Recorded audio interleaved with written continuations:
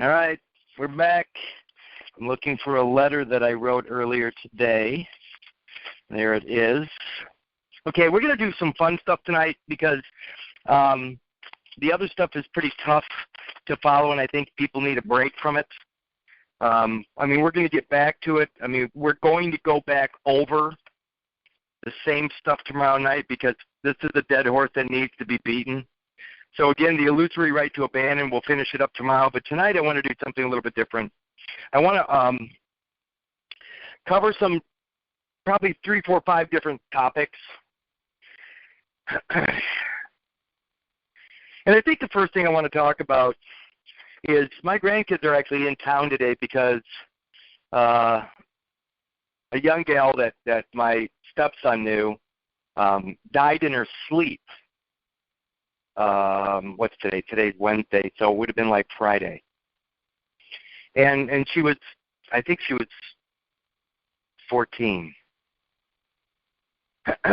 She was coming down with a cold or something, or so she thought. Was fine all day. And she didn't wake up. And the reason I'm bringing this up is because the last 8 years of my life, roughly, or at least from 2009, let's say, till today, I've been doinking around with this stuff. For personal reasons. And it gets you to thinking, we do a lot of things, and we waste a lot of time. And we better damn well know why we're doing them. Everything is always, I always question everybody's motive. Why are you doing what you're doing? That's the only question I ever ask. Why do they say that? Why are they saying that? Why are they doing that? Why would anybody do that? Why am I doing this? Why would I do this? Why would I agree to that? We don't have a hell of a lot of time, regardless of how long we live. And for me, I hate this shit. I've hated it since the day I got involved in it. This is not fun. And I have yet to meet anybody that has the life that I want, meaning that I don't care what kind of passport they have.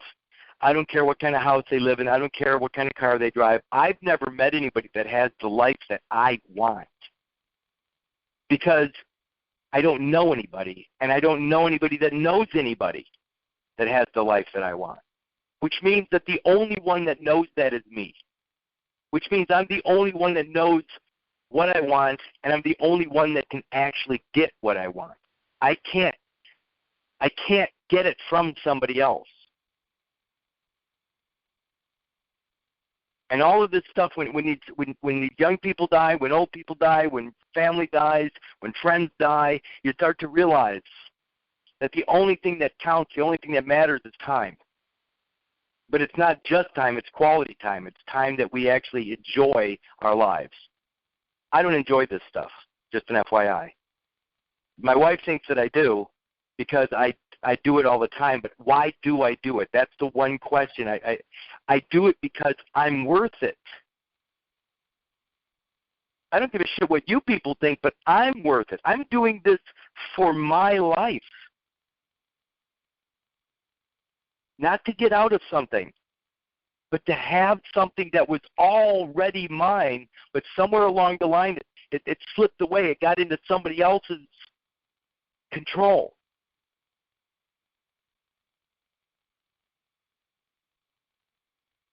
And so that's why, tonight I want to kind of explain why I do stuff the way I do it and then how I do it so you can do it for yourself. It's that old teach a man to fish and he'll be able to feed himself for a lifetime. I can give you documents and you can copy them, but you still won't know why they make a difference. I know what I'm trying to accomplish. I know what I'm trying to do.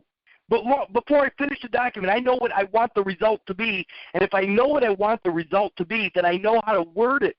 I know, I've been in black law now for 7 years, and I kind of have an idea with these words, what words are available to me. and I also know that I can use one word that encompasses 50 words that I want to use. I don't need to use 50 anymore when I know the one. So I can write one paragraph that is 80 pages of somebody else's bullshit.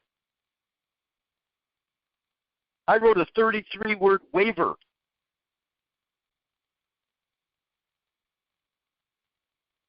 That helped an awful lot of people.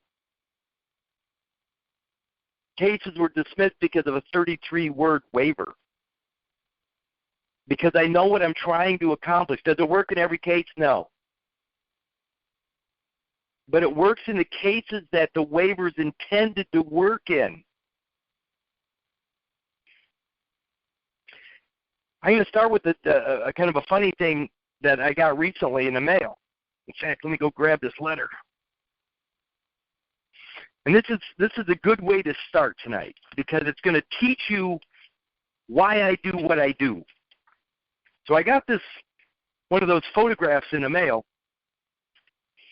Where is it? From the Illinois Tollway. And of course it was addressed to, the all caps Curtis Kallenbach, no big deal. I actually have I'm in good standing with Curtis Richard Kallenbach, all caps. So I'm okay here. It's a notice of toll violation. I opened it up, and it was for $109.60. Due date was 3/11. I just opened it up recently, so because I don't really care about this stuff. But it's better to actually answer them in some way, and it's really better to answer them when you have all your ducks lined up. But it's funny because I've never seen one of these where the picture, you could actually see the car very well. You can always see the license plate really well, but not the car. And I'm looking at this thing,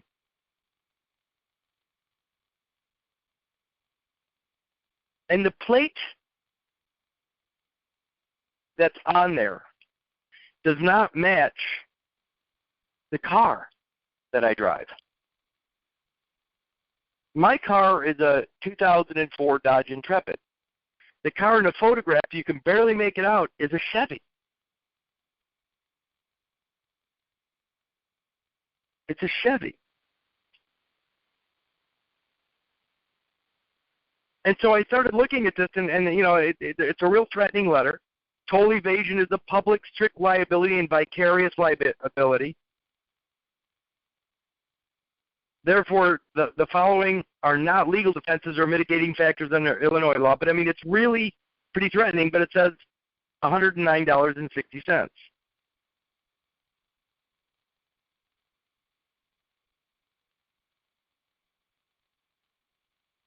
And I started thinking about this. I'm going, wait a minute here. So they can take a picture and they can Photoshop it. They can Photoshop it and do whatever they want to it, and then send out a threatening letter that basically is, it says you got to handle this, otherwise you're going to end up going to court over this stuff. Of course, they give you all the possible ways to pay it. Anyway, so I started thinking about that. I go, I better write a response to that. And here's what I wrote. Because you can't let this stuff go. Kurt, you don't even that's just bullshit, man. You don't have to respond to that. They're just fishing. Well, I actually prefer to respond to it.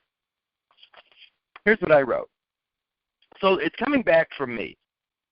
It's coming back actually from the return address is Kallenbach, Curtis Richard, DBA, Curtis Richard Kallenbach, all caps.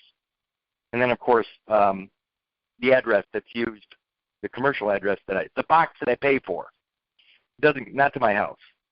And then, of course, it's the Illinois Tollway, and it's the address at the bottom of that. I have the registered letter number, and then and I wrote it in reference to RE, false claim, potential fraud, mail fraud, and then to whom it may concern. So here's what I wrote. By the way, I think people should know that when I write stuff, I allow the words that are in that world to work for me. I mean, they can work against us too, but I use their words now that they have a meaning to in their world. I use their words for me. When I knew that I was dealing with something with my son, I used the words of the Pope. I used Rerum Novarum, the words where the Father has all the authority. So I know who I'm talking to, so I'm going to use the words that have the most weight. I'm going to use their language. So when I'm speaking from a father position, I'm going to use ecclesiastical or family-based language, the language of the church. When I'm dealing with this state garbage for the Illinois Tollway, I'm going to use Black's Law. Why would I not use a true law dictionary? Because we're not dealing with true law. But Kurt, you should be using like a Valentine's or some real law dictionary. I don't want to use that dictionary ever because the Bar Association is not dealing in law. They're dealing at law. And the Black's Law book is the only language they use in their system. They don't use law language. They use Black's Law language. Okay. Now that we understand where I'm coming from, first my question is who's my audience? Well, there's no name on this, obviously. It came from the Illinois Tollway, so that's all I have is to whom it may concern. So here's what I wrote. And, by the way, you will notice I don't write very much. I let their language, do all the work for me. So here's what I wrote. To whom it may concern. It seems that someone working on behalf of the Illinois Tollway system has produced a photo of a vehicle offered as evidence of a toll violation with notice number blah, blah, blah via United States Postal Service regarding an Illinois license plate that, as a matter of fact, is not the same vehicle registered to said Illinois plate.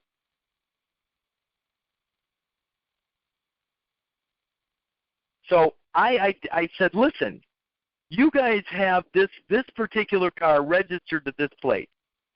You show me a photograph of a different car with that plate on it.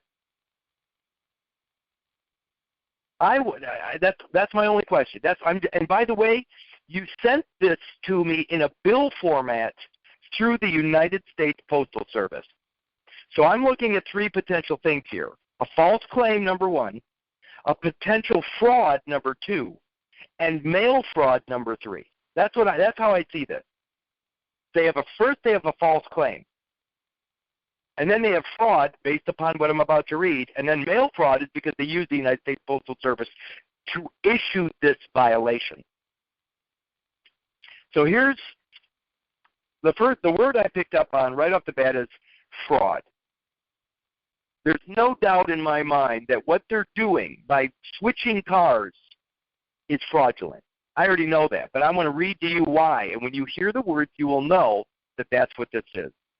Think about that. They took a plate issued to a 2004 Dodge Intrepid, and they put it on a Chevy. But they blacked out the picture to the point where it's almost impossible to see that it's a Chevy. But I'll tell you what, anybody that knows what the Dodge symbol looks like, they certainly know that it doesn't look like a Chevy symbol. Also, the headlights and the hood lines, everything's different. You can barely make it out because the picture's almost black. But you can make it out. And here's what fraud is.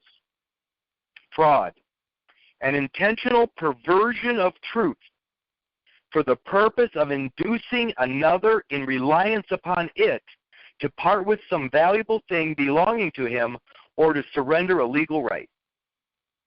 A false representation of a matter of fact, whether by words or by conduct, by false or misleading allegations, or by concealment of that which should have been disclosed, which deceives and is intended to deceive another, so that he shall act upon it to his legal injury. Any kind of artifice employed by one person to deceive another. A generic term embracing all multifarious means which human ingenuity can devise, and which are resorted to by one individual to get advantage over another by false suggestions or by suppression of truth, and includes all surprise, trick, cunning, disassembling, and any unfair way by which another is cheated. Bad faith, by the way, this is interesting, bad faith and fraud are synonymous, and also synonyms of dishonesty, infidelity, faithlessness, perfidy, and unfairness. You got this? So fraud, by the way, going outside of this letter, bad faith is fraud, and so is dishonesty. Infidelity is fraud. Faithlessness is fraud. Perfidy is fraud. Unfairness is fraud.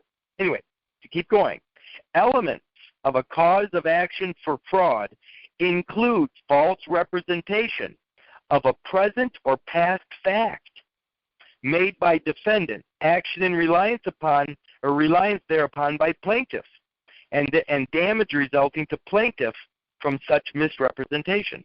So if I brought an action of fraud, which I very well could do on this, I would be the plaintiff.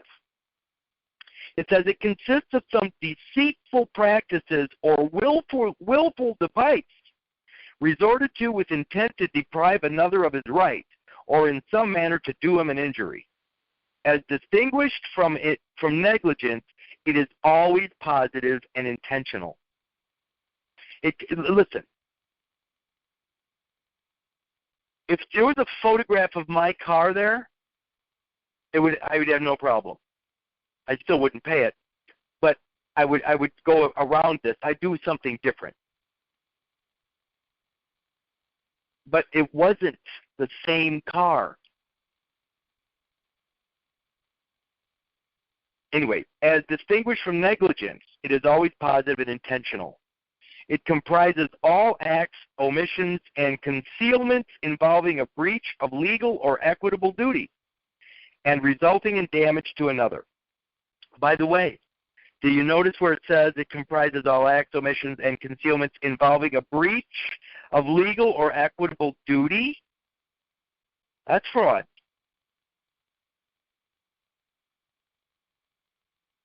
And includes anything calculated to deceive, whether it be a single act or combination of circumstances, whether the suppression of truth or the suggestion of what is false, whether it be by direct falsehood or by innuendo, by speech or by silence, or by word of mouth, or by look or gesture.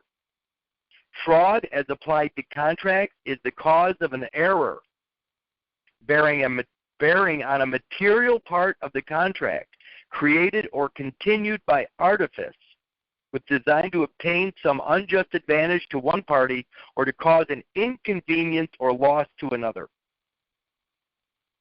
I hope you're hearing all the potential things that could be going on here, not just listening for this case, but listening in the case of all the afterbirth, the aspect of fraud regarding the afterbirth. When they created Curtis Richard Kallenbach, do you suppose the intent was to defraud somebody? Anyway, actual or constructive fraud. Fraud is either actual or constructive. Actual fraud consisted in deceit, artifice, trick, design, some direct and active operation of the mind. It includes cases of the intentional and successful employment of any cunning, deception, or artifice used to circumvent or cheat another. It is something said, done, or omitted by a person with the design of perpetrate. By the way, whenever I hear somebody tell 90% of the truth, that's a lie by omission.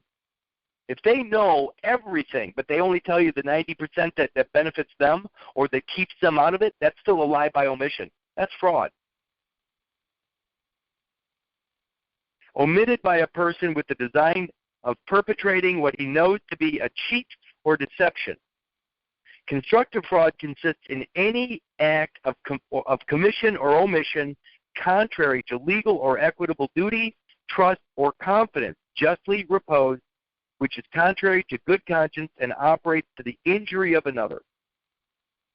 Or, as otherwise defined, it is an act, statement, or omission which operates as a virtual fraud on an individual, or which, if generally permitted, would be prejudicial to the public welfare and yet may have been unconnected with any selfish or evil design.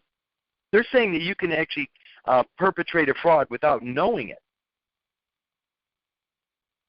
I mean, without really being selfish or evil, let's put it that way. Or constructive frauds are such acts as contracts as though not originating in any actual evil design or contrivance to perpetrate a positive fraud or injury upon other persons, but are yet, by their tendency to deceive or mislead other persons, or to violate private or public confidence, or to impair or injure the public interest, deemed equally reprehensible with actual fraud.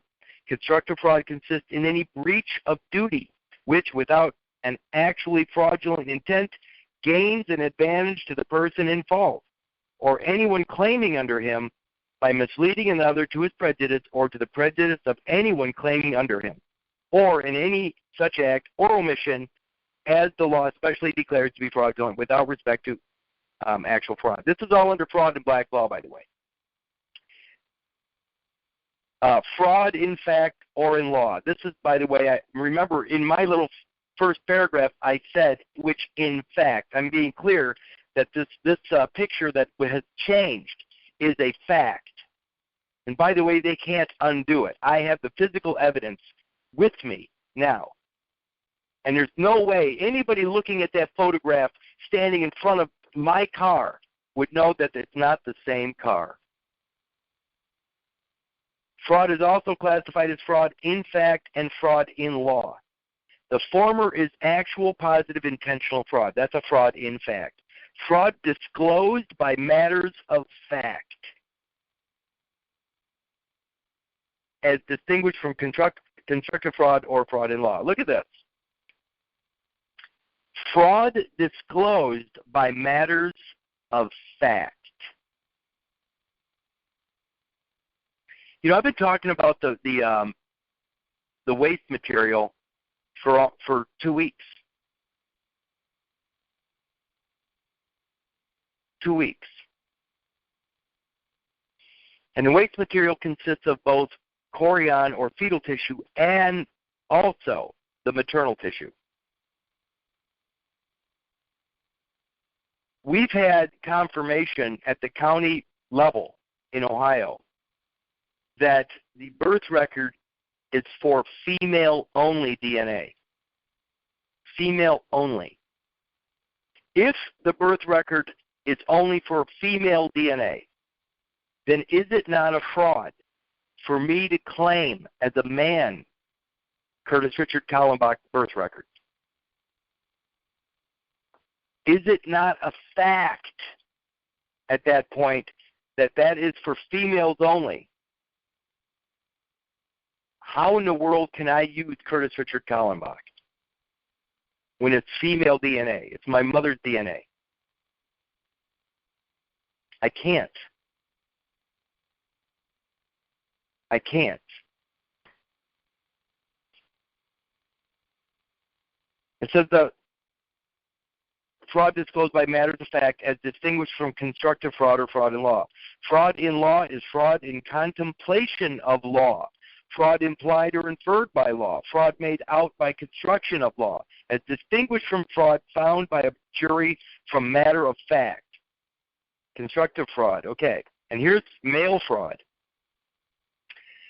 The use of mails to defraud is a federal offense requiring the government to prove a knowing use of the mails to execute a fraudulent scheme. Elements of mail fraud are a scheme to defraud and the mailing of a letter for the purpose of executing the scheme. I would say that whoever has their hand in this letter is guilty of mail fraud. Now, they may not know that somebody doctored up that photograph. but whoever had a hand in it would be considered a co-conspirator. By the way, it's that mail fraud is under 18 U.S.C. 1341 and 1342. So mail fraud and swindles is what Title 18 is under U.S. Code. Now think about this. Title 18 is a federal position. If you get caught doinking around through mail fraud, that's about as bad as it gets. Let me read mail fraud under U.S. Title 18 U.S. Code. Whoever, having devised or intending to devise any scheme or artifice to defraud, or for obtaining money or property by means of false or fraudulent pretenses, representations, or promises, or to sell, dispose of, loan, exchange, alter, give away, distribute, supply, or furnish, or procure for unlawful use any counterfeit or spurious coin, obligation, security, or other article, or anything represented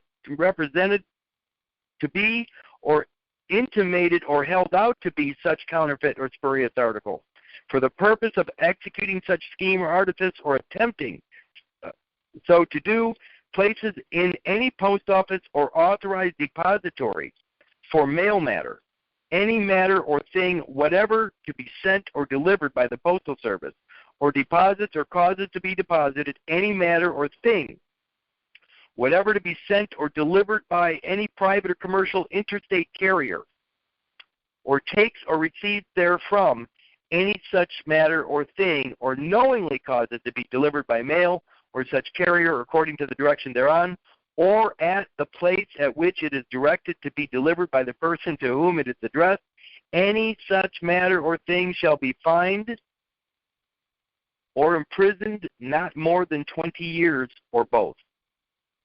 If the violation occurs in relation to or involving any benefit, authorized, transported, transmitted, transferred, disbursed, or paid in connection with or with a presidentially declared major disaster emergency, or affect a financial institution, such person shall be fined not more than $1 million or imprisoned not more than 30 years or both. They're pretty serious about mail fraud.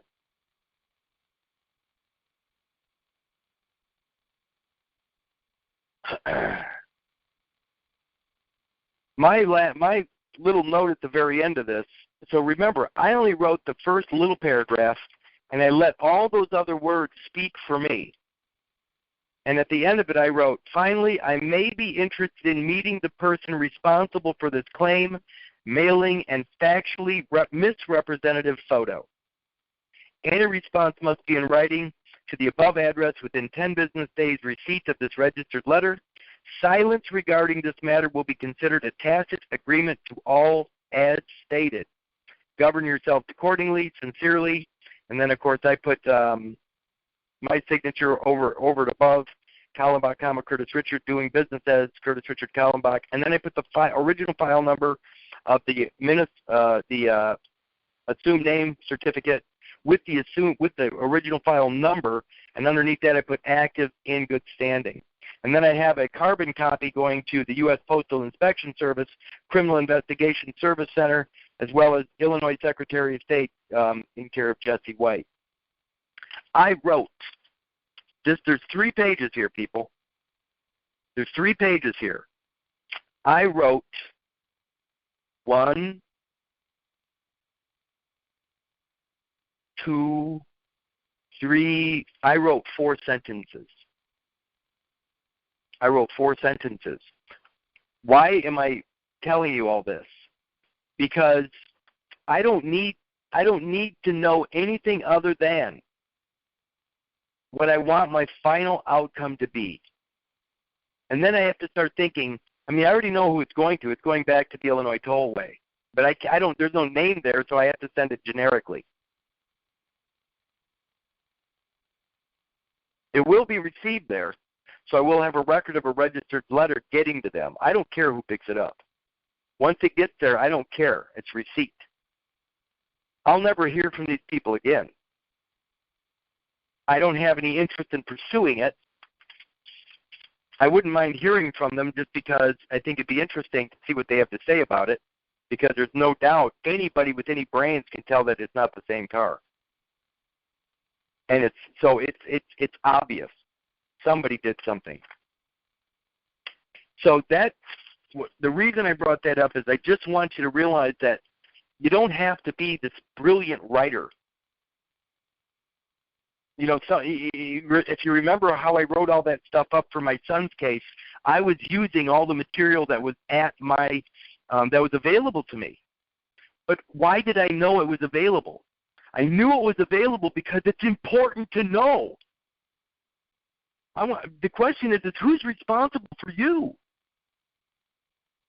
Who's responsible for your life? Who's responsible for you? See, once we get down to the brass tacks here, that nobody's responsible for us except us. Don't get me wrong. You know, I love an awful lot of people, but when it comes right down to it, even my son, you know, he's 24 years old, and God love him, he's way too much like I was at 24. So, but the difference between him and me is that my dad was working so hard all the time to provide such a great life for us, which he did a wonderful job of, that he didn't know what I know. My dad fell into the cracks that every other father and every other mother falls into, and through the programming and everything else that's going on, it's been happening since probably forever. But there are few of us out here that feel so worthy of the short period of time that we have on the planet that we don't want the wool pulled over our eyes. I don't want to be cheated.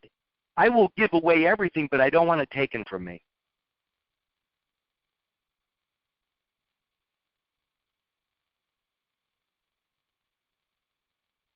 I don't want it taken from me. And the only reason I do what I do, and the reason I gave up golf for the last 7 or 8, 9 years of my life, is because somebody had to do it.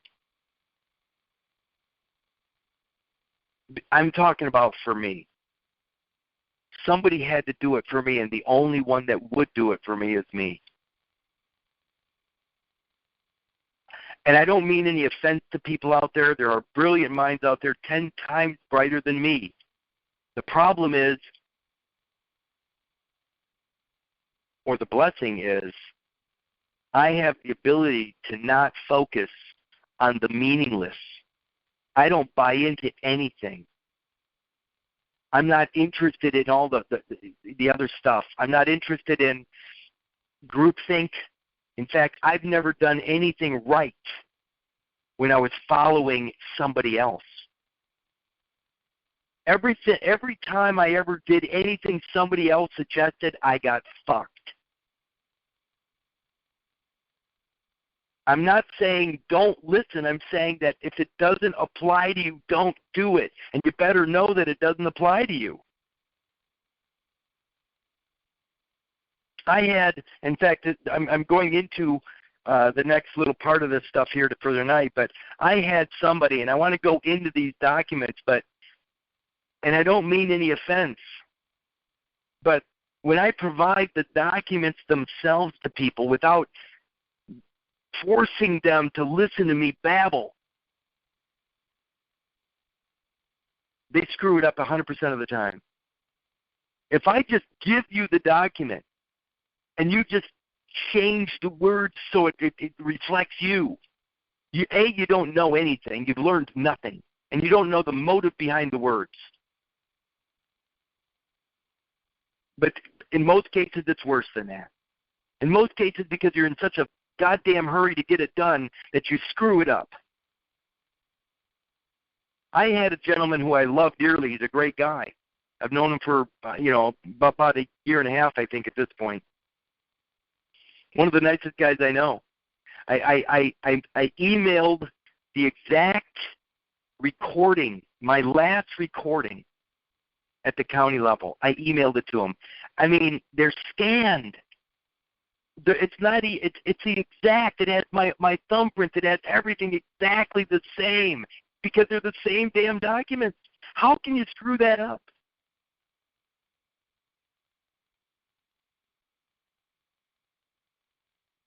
And I hate giving people those documents because I've never been not disappointed. Anyway, so he calls me up and he says, okay, and he doesn't have a computer, or he doesn't have access to a computer. And so he calls me up and he says, okay, my friend brought him back over to me. By the way, the guy he's talking about is not a dummy. The guy that did these documents for him is not a dummy. In fact, he's one of the brighter guys out there. So I'm not saying there's anything wrong with either one of these gentlemen. I'm just saying that if you don't know what you're trying to accomplish, the words are meaningless. So anyway, he calls me up and he says, okay, I got all my stuff. What do I do next? That's another thing that really irritates me. We're talking about adults here, people. We're supposed to be adults. If you are asking everybody what to do, are you acting as an adult or as a child? I can't tell anybody what to do. I cannot do that. I can show them what I've done, but I can't tell any other adult what to do. So he says, okay, let me read you what I got here. And I already know what he had there because I sent everything to him. I don't need you to read your shit to me. But anyway, he did. And I'm glad he did.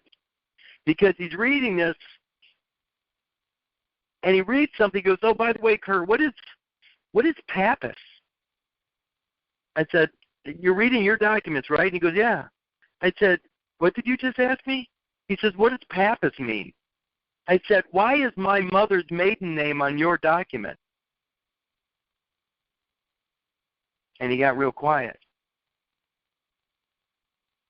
You see, when you don't know what you're doing, when you don't know what the words mean or why they're there, invariably you will make a mistake.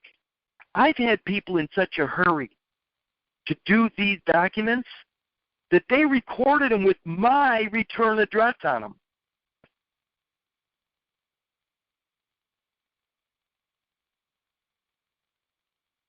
Can you imagine that? They show me the documents. They go, okay, here's what I did. Here's what I recorded today. And I said, so why is all my information on here? I'm not saying that that would happen with anybody listening tonight, but I'm saying I've never not been disappointed. Because more people are more interested in thinking they're going to get this outcome when they don't know why they should get that outcome. I always know what I'm trying to accomplish before I sit down to write anything. And I don't need to write very many words. I just need to know how to assemble the thought.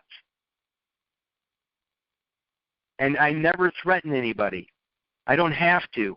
I let all of their words lead them to a place where they have to make a decision. And if I've done my job properly, they're going to make a decision to not pursue anything to their own detriment. Everything I do is I'm trying to lead somebody to an outcome or to an idea or a thought that is to my benefit. And I never try to mislead or manipulate.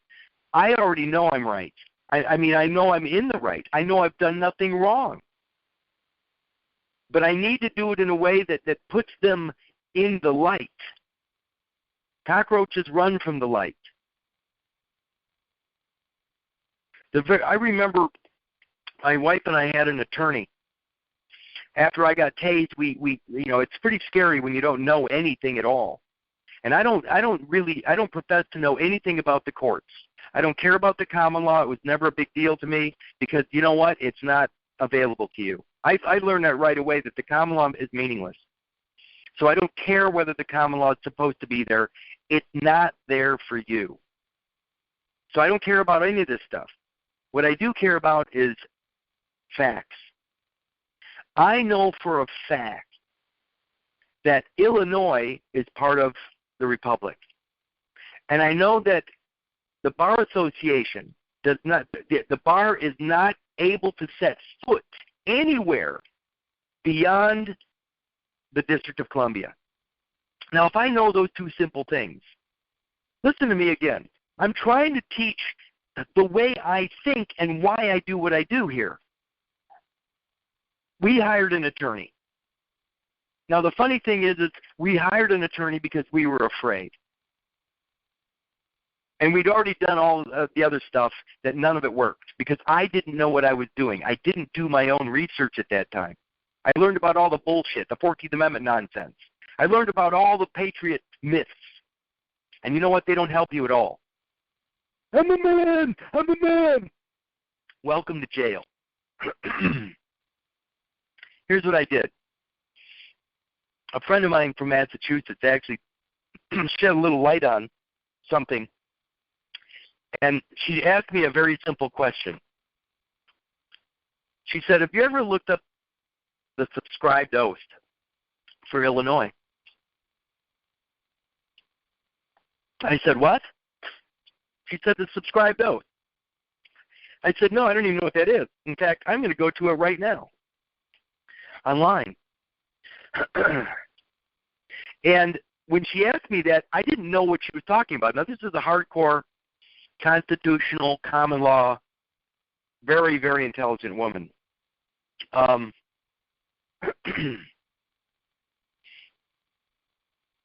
Here it is.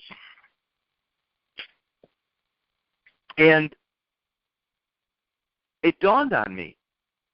Now, attorneys take an oath, but who do they take an oath to? You see, they're not taking an oath to work inside the republic. You're taking an oath as an attorney. And so it's not the same thing, is it? See, again, I already know that attorneys cannot go outside of the District of Columbia. Now, we know that the District of Columbia has physical boundaries. We know that.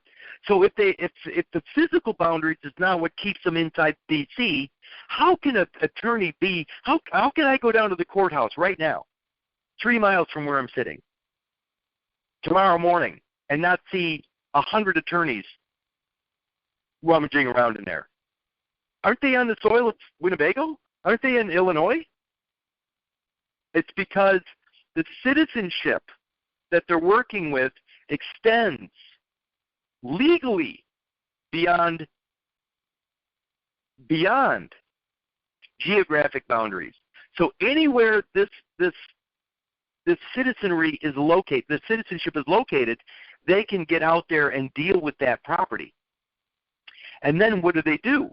The courtroom then becomes a federal area, so they can work, or basically they're extraditing you from reality into that other zone, into the District of Columbia, into D.C. Are they physically extraditing you? No. Are they getting you to agree to something? Yes, they are. And as soon as you make that agreement, you're there. They're not here, you're there. Not physically, but you are transported, just like on Star Trek. You're transported to another world just by agreeing to this. And now you put on the clothing of that character, and it's all over. Extradition. But here's the thing. The attorney doesn't have a right in Illinois or in any of the states of the Union to work. They cannot be in a courtroom in any of the Union states.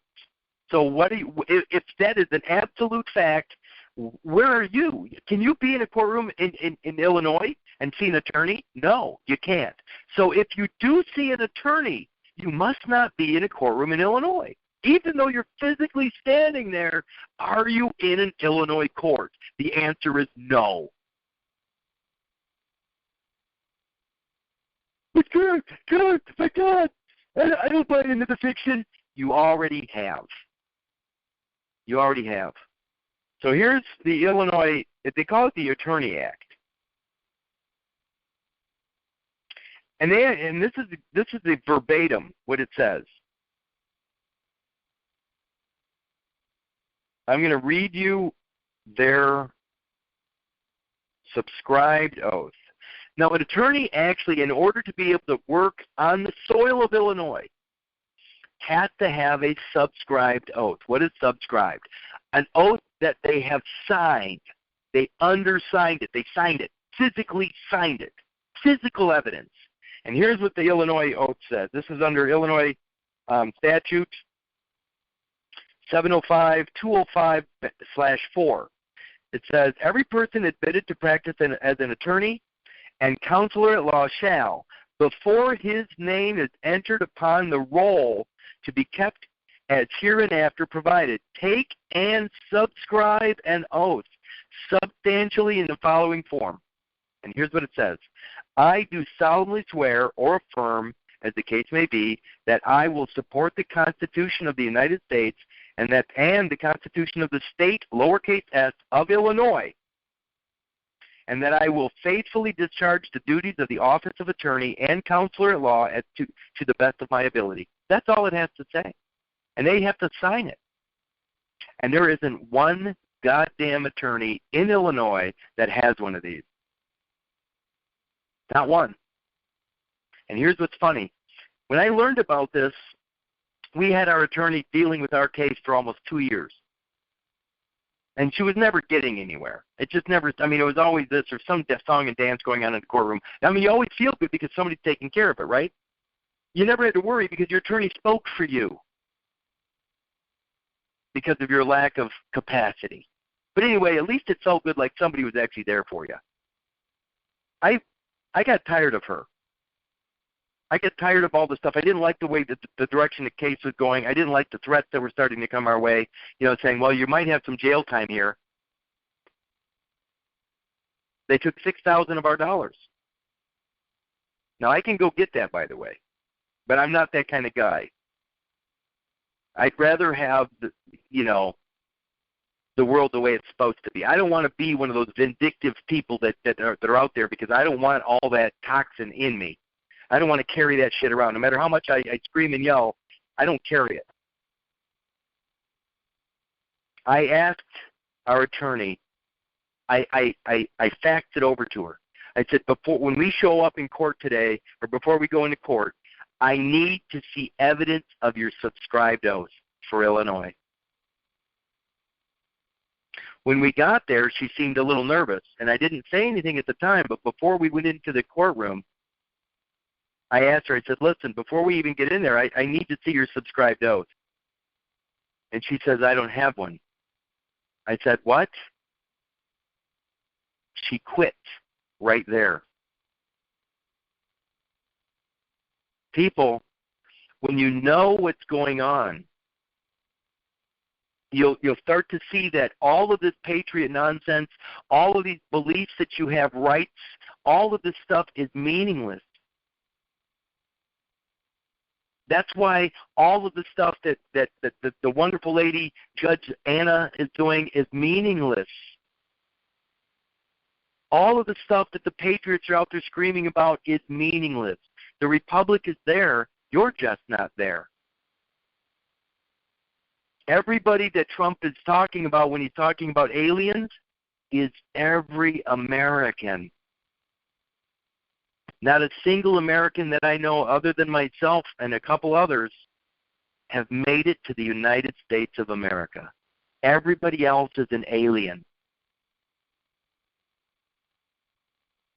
No different than any Mexican or Russian. And when you start to see this stuff as it really is, then you know you just have to do some stuff to make it right.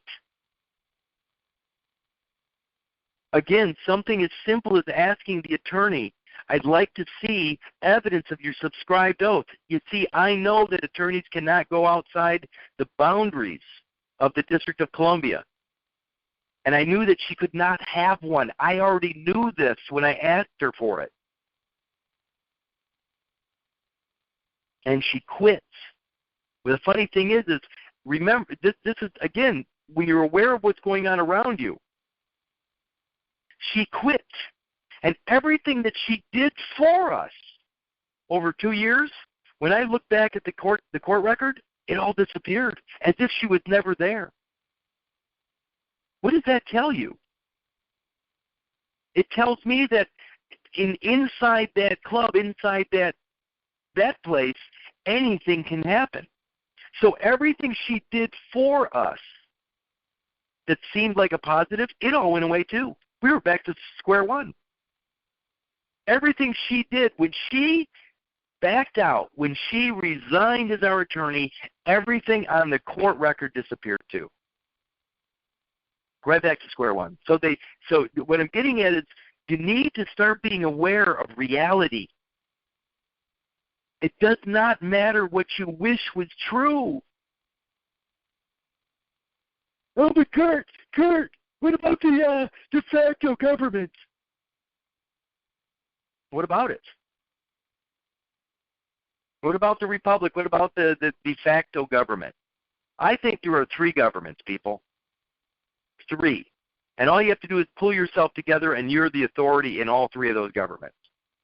I think there's a commercial government, which is the admiralty flag that you see in all the courtrooms.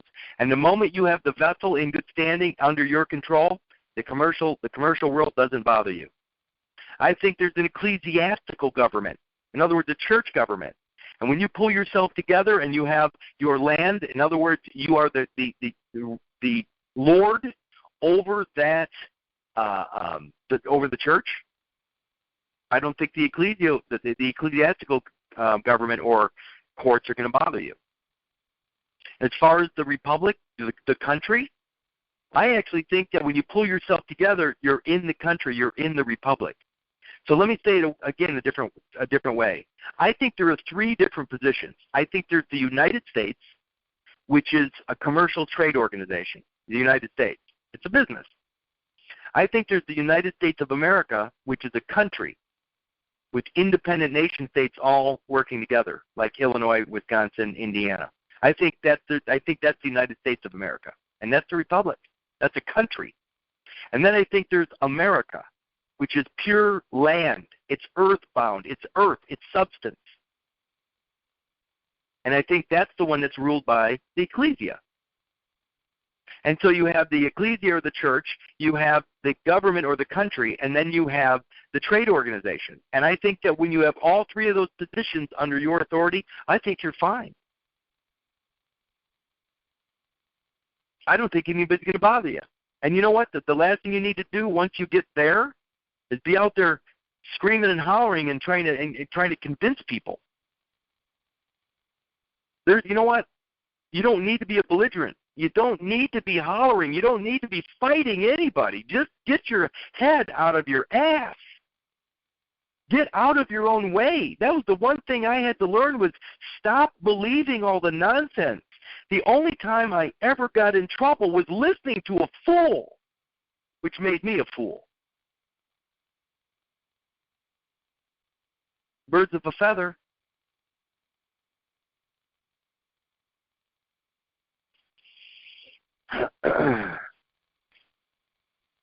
I thought this was going to be easy tonight. I'm trying to be clear about this stuff. All of the stuff, you know what? It just is what it is.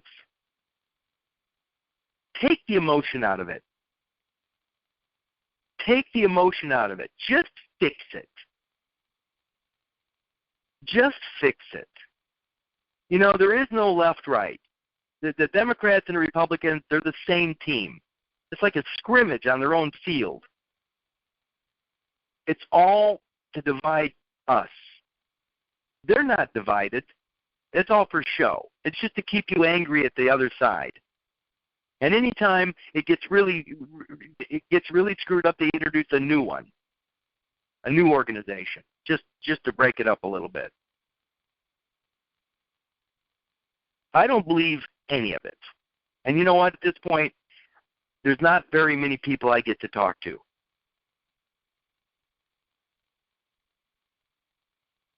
Because there's really not that many people in reality. Just like in Rome, the only thing that they found that worked were bread and circuses. Just keep the people fed and keep them entertained, and everything works just fine. Look around. Welfare state and entertainment. Keep them fed and entertain them. Welfare state keeps you fed. Entertainment, this whole place is nothing but entertainment. So I thought I'd do something else tonight. what I wanted to do, and all you'll need for this, you can follow along, and you should be doing this for yourself. I got my Black's Law in front of me, and Monday, I think it was Monday, I went over the word basically starting with land. Land is probably the most important word that we don't really understand. But my favorite word in land, there's a lot of good words, a lot of land words, but I just picked one up today, and it's landmark. What I want to do is I want to show you what I would do with the word landmark. I want you to see what I see when I see this one word. It could be any word. I can open it up to any word. I can just open it up to the word proctor.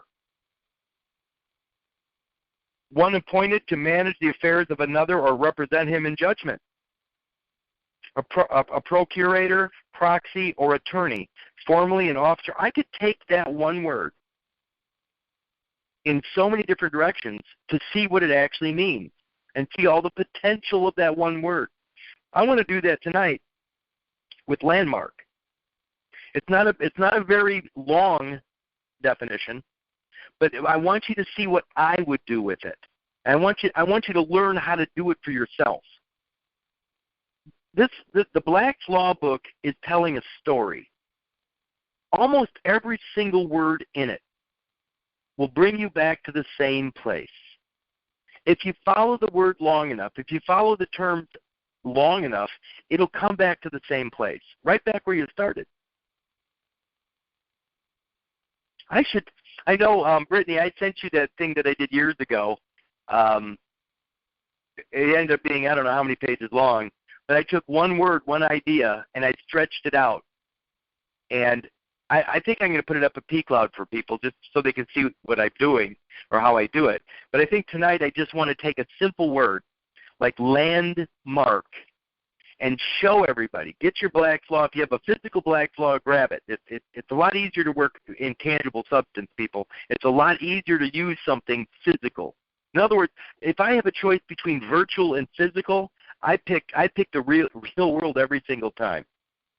100% of the time, I will pick substance. By the way, that's a thought right now. Back to the idea of substance. I did this the other day. I'm going to do it again before I get into landmark. If somebody uses the name Kurt, if somebody calls out Kurt, or somebody makes a promise for Kurt, yeah, Kurt's going to be here in about an hour, and then we'll go dig that hole for you. That's taking a name and using it to make a promise. Can the name do anything? Well, the name secured something through the promise, but can the name itself do anything? No. It can secure it via promise, but it cannot actually do anything until the one that is represented by the name. In other words, when I show up with a shovel, then and only then will the hole get dug. And then once the hole is dug, the promise that was made on behalf of Kurt has been fulfilled. And now the debt, what is the debt? The debt is the promise. Yeah, when Kurt gets here in about an hour, he'll dig a hole for you. That's a promise. That's a debt. It's a pledge. So when I show up with the shovel and dig the hole, the debt is paid. Kurt dug the hole, now it's over with. I mean, the physical body dug the hole, now the promise is fulfilled, and now there's no debt. That's the same thing with your father's name or same thing with the substance. You got to realize that the only way to offset the pledge or the promise is to follow through, but you got to follow through with the body. And without a body, without having the body, you can never actually follow through. The only way that the positive charge of the pledge can be negated is through the action, and the action can only happen through the substance. You need both of them to stay in balance or to have equilibrium. To have no positive charge or no negative balance, you have to have both of those simultaneously. You have to have both. So I'm just telling you, because you can't just have the name and you can't just have the substance. You have to have the name and the substance, which is ultimately called real estate, the house and the land. Again, that's just an aside because I was thinking of it. Okay, landmark. So bust out your blacks, go online to the PDF if you have to, but at page 791. I'm going to write this down as I go because I want to see how far I can go with this. So let me get my pad of paper here. I'm going to take one more sip of water before I keep going. By the way, I like this. I like doing this. I never, ever did any homework in high school. I was the greatest procrastinator. I mean, my favorite saying truly was, don't put off today what you could put off tomorrow. I never did any homework. My mom did it. I mean, you know, I'd have a 20-page report due, and I'd be assembling it, and my mom would be typing it up the night before it was due. She hated that shit. But I just knew how to assemble things. I knew how to assemble ideas. That's the best it could ever get for me. Anyway, landmark. It says, a feature of the land, monument, marker, or other erection set up on the boundary line of two adjoining estates to fix such boundary. The removing of a landmark is a wrong for which an action lies. Building or site having historical significance. A building or site having historical significance. And then it says, see also monument. So when I look at that one definition there, I know this sounds funny, but they're almost, I mean, people go, well, I mean, you could do this with every single word. Well, you could, but when I look at it, I mean, obviously it's a feature of the land. So the ultimate key word would be land, knowing what land meant. Now, I went through that Monday. I'm not going to do it tonight. And so it says a feature of the land. A monument. We went through monument the other night too. Monument is when you go into a cemetery, all of those stone markers, all of those rocks that have names on them are monuments. And a monument is doing what? It's helping as a memory. It's a memorial or a memory in the memory of somebody that is no longer with us, whether they're dead or MIA, missing in action. So a monument is something there to mark something special that is to be remembered. Now, I'm not going to go through all of these. I'm just trying to show you how am I thinking about what is the landmark? A feature of the land. So it's actually something of the land, tied to the land, completely related to the land, a monument, a marker. So I would have already dug deeply into the word land, everything about land, which would have led me to estate, real estate, real, R-E-A-L. It would have had me going every different direction off of this one little landmark. Okay, a feature of the land, a monument, a marker. A marker. Well, let's just look up the word mark. I already know that I don't believe mark is in here, but I know marker's in here. So what's a marker? I mean, if I wanted to, if I was standing on the edge of a lake and I was fishing, if I found a really good fishing hole, other than being, knowing where I was, I could actually blaze a tree or mark the spot somehow. I'd leave a stone behind. I'd blaze a tree. I'd spray paint something. I'd tie a yellow ribbon around some old oak tree. I would do something to mark my spot to help me remember where the good fishing hole was. In other words, I'm marking something. So let's just see what the word mark means. Mark. Okay. Mark.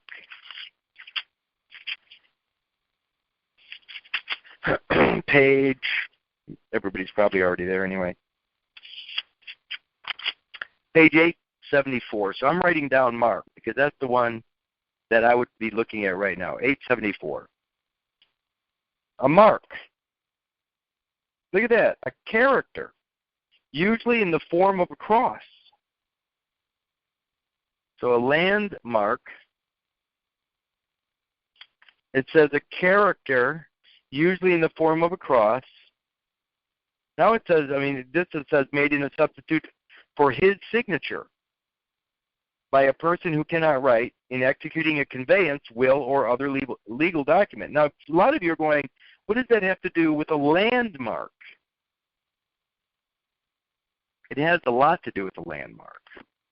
Because remember, this is all about one of those three positions that I was talking about. Could it be something to do with trade, a trade organization, commerce? Could it be something to do with the republic, your Article 4 citizenship? Could it have something to do with the ecclesia and your spirit? I'm thinking about every possible way it could be used. It says a character usually in the form of a cross, made as a substitute for his signature by a person who cannot write. It says it is commonly made as follows. A third person writes the name of the marksman, leaving a blank space between the Christian name and surname. In this space, the latter traces the mark or crossed lines, and above the mark is written his or her, and below it mark. The sign, writing, or ticket put upon manufactured goods to distinguish them from others, appearing thus in the compound trademark.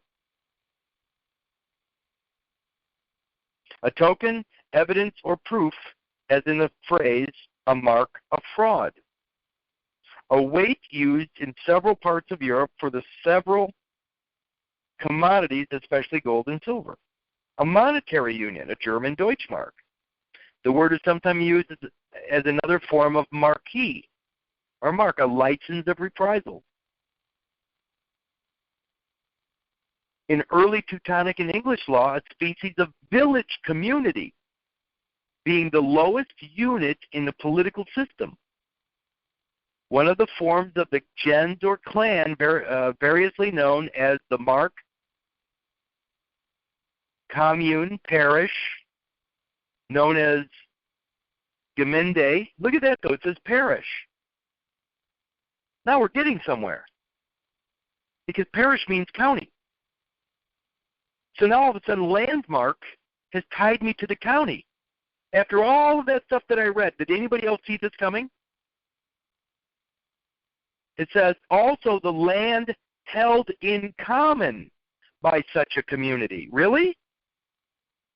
The land held in common by such a community. Is it possible that what I call the genetic public pool has such a mark? Could that mark be a character, usually in the form of a cross?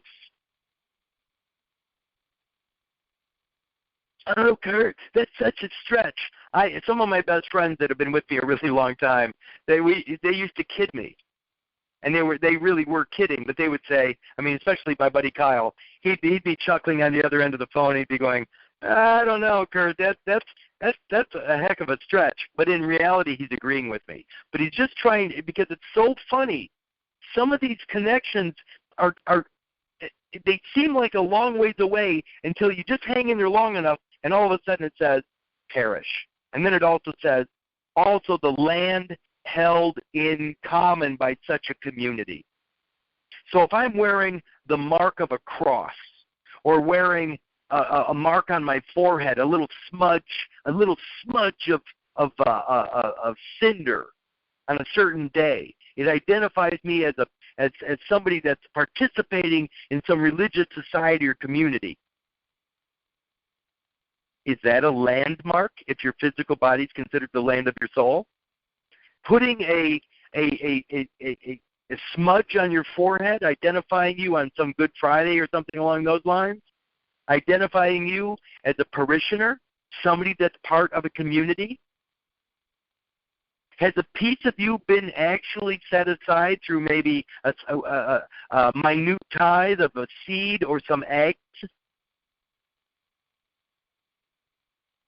I didn't really remember that Mark was going to lead me to land, but here it is. Also, the land held in common by such a community.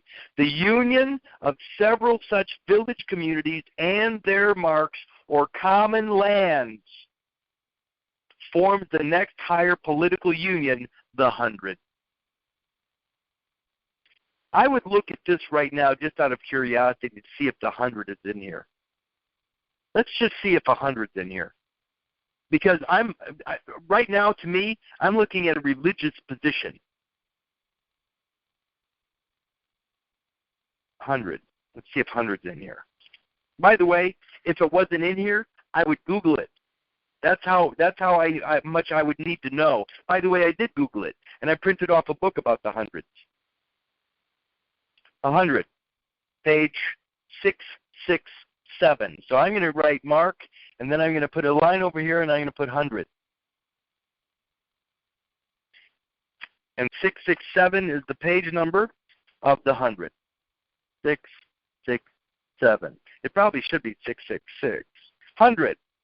Under the Saxon organization of England, each county or shire comprised of an indefinite number of hundreds, each 100 containing 10 tithings, or groups of 10 families of freeholders or frank pledges. Now, I already know what all these words mean, because I already looked all this up over the last 8 years of my life. It says the 100 was governed by a high constable and had its own court. Wow, doesn't it feel like there's a court that's beyond the republic when you go in there? Doesn't it feel like maybe you're in the wrong place and you're being judged for something that you don't even know is going on? Is it possible that it is actually happening?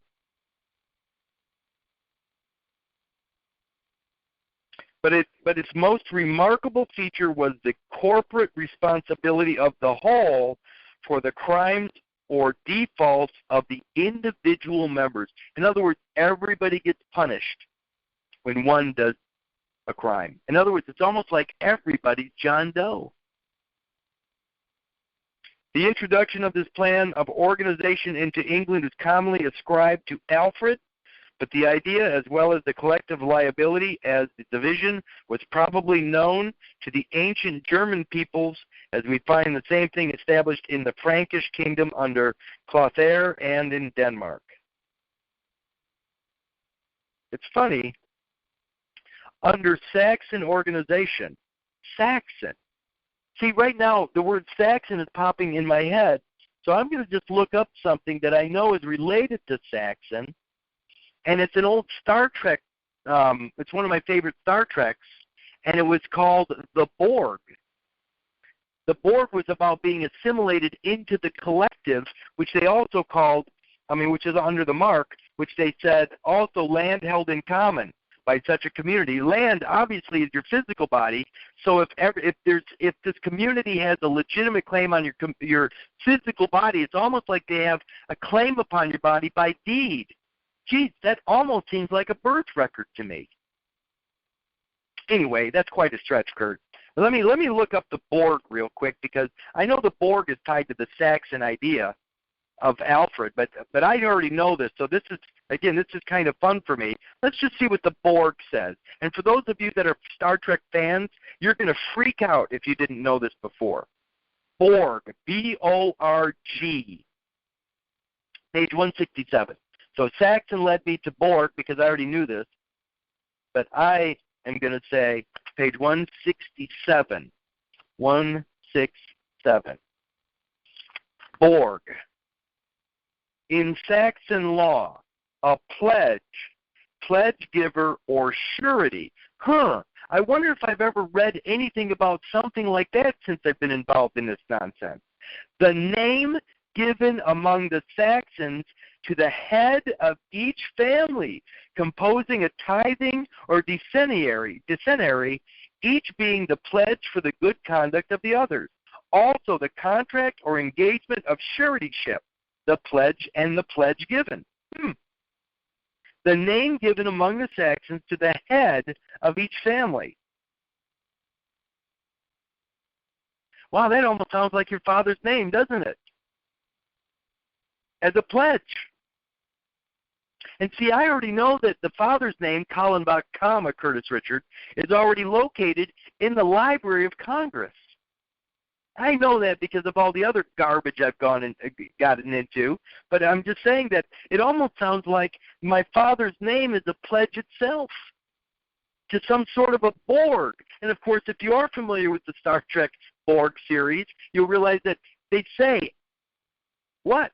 You will be assimilated. You will be assimilated.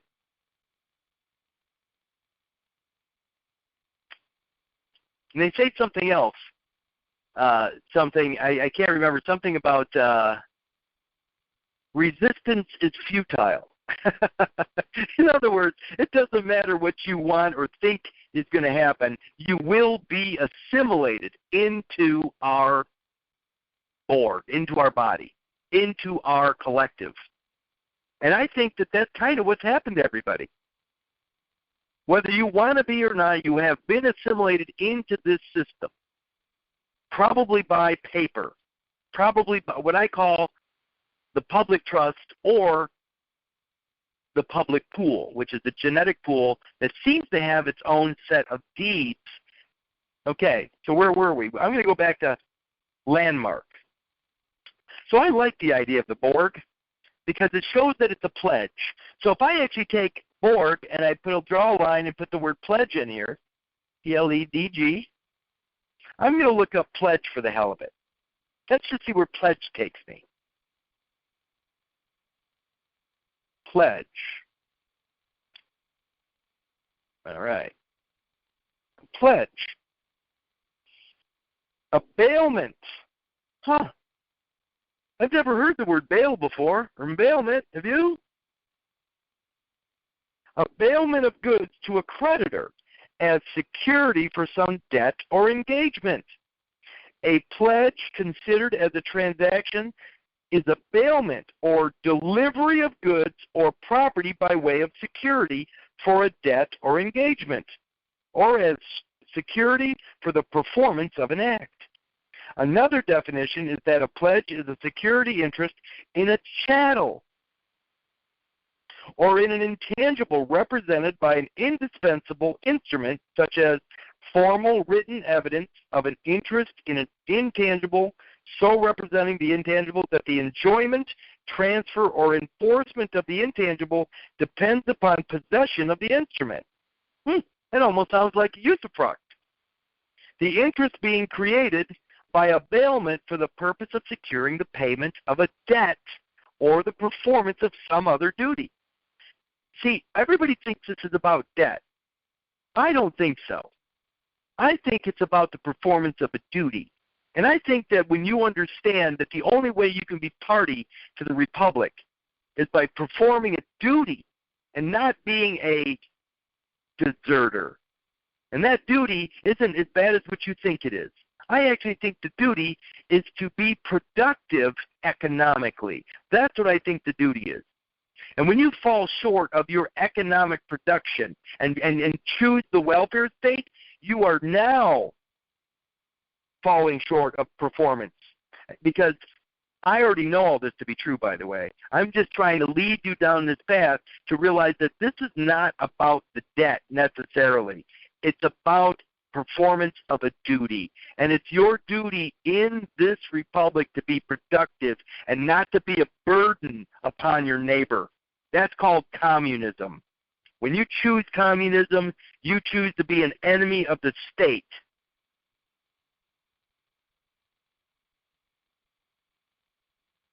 A pledge is a promise or agreement by which one binds himself to do or forbear something. That Declaration of Independence says our lives, our fortunes, and our sacred honor. If you don't want to live in that world where you have all this opportunity, get the hell out. Or better yet, stay out because you're not in it now. what's really funny about this to me is that there's something I learned years ago is that if you're led to a place where you have nothing but opportunity, I mean, it's one thing to be guaranteed opportunity, but is it possible to guarantee outcome of opportunity? Can you guarantee success for everybody? No. You know what? Nature is not fair.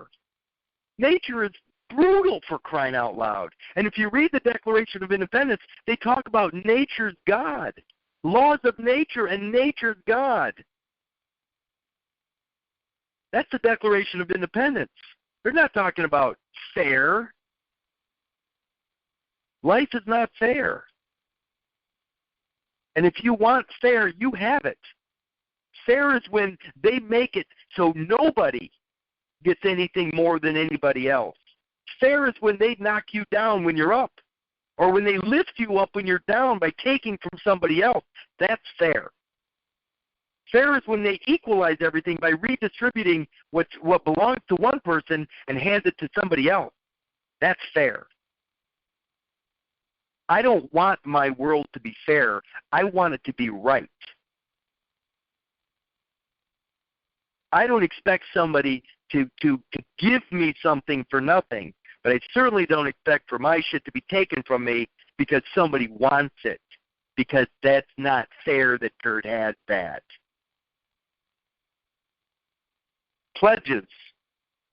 In common law pleading, those persons who became sureties for the prosecution of the suit, their names were anciently appended at the foot of the declaration. When I see ancient, I see history. Not ancient history like Rome. I see ancient history like 56 years ago.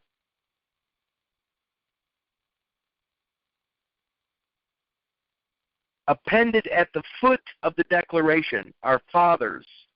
What is the word foot? How can I connect the word foot to anything I've ever spoken about? The foot. What is a foot? If I step into the sand near the beach and it makes a footprint, that's called a last. It's an impression of my foot. L-A-S-T. If I were to walk in my father's footsteps, I would assume his last name. The name of, if the shoe fits, wear it. My father's name is a last. Oh, but Kurt, that's such a stretch. So, let's go back to landmark. You can see I got kind of far away from landmark to mark to hundred to Saxon to board to pledge. And that was off of marker. It says, the feature of the land, a monument, marker, or other erection set up on the boundary line, or other erection set up on the boundary line of two adjoining estates. So a landmark is showing a separation. It's showing the boundaries of an estate. The boundaries. Mine goes to here, and from this mark here, yours begins. Let me say it again. A feature of the land, monument, marker, or other erection set up on the boundary line of two adjoining estates. Mine goes all the way to this stone here, and from this stone over there is your stuff. My estate goes from here to that stone. Yours begins at the stone.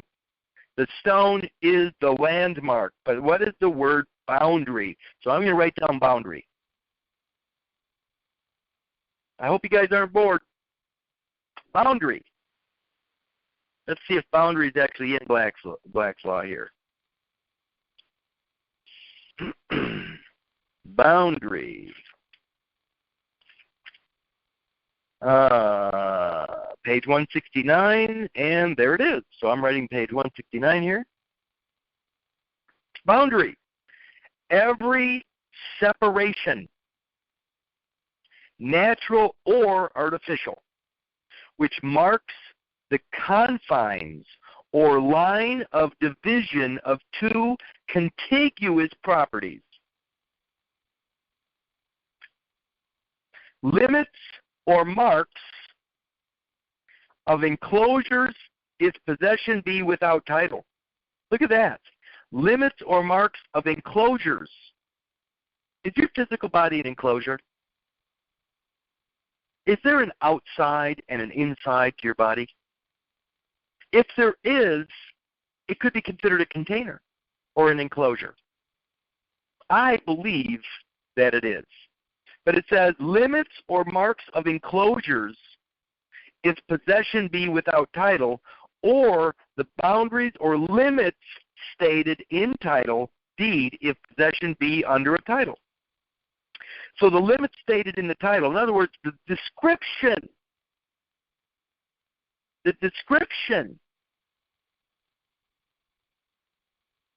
9 pounds, 10 ounces, male, I don't know. Every separation. When I see the word boundary, I see the word separation, but I also see the word every.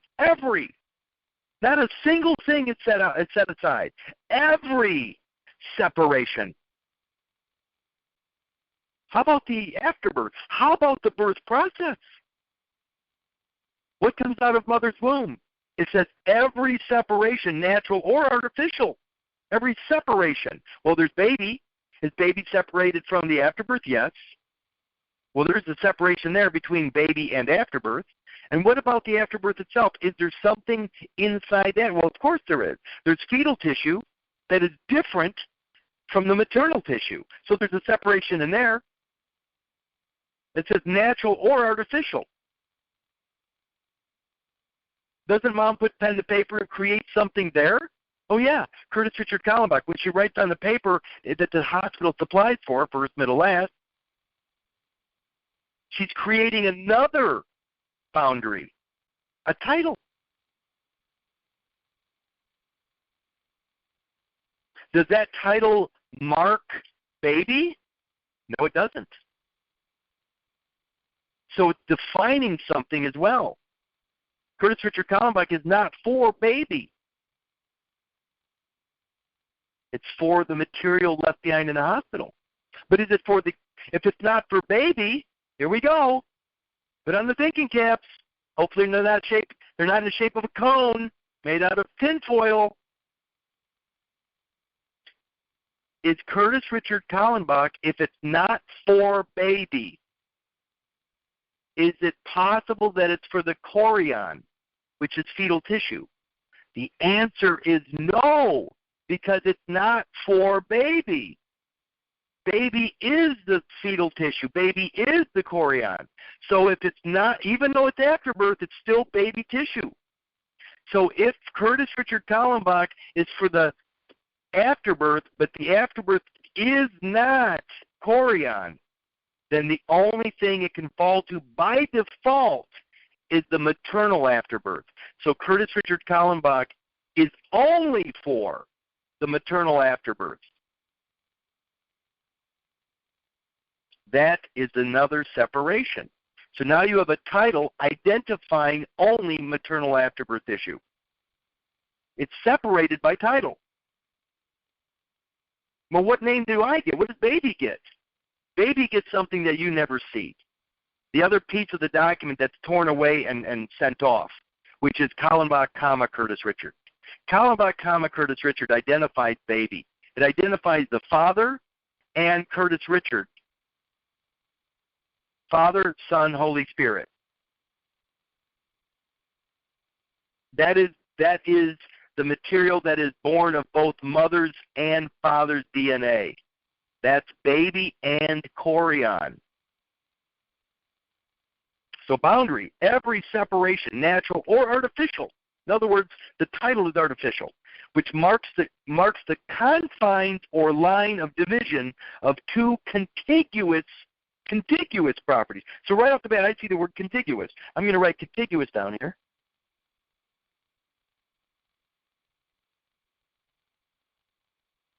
Okay? And let's see what contiguous says.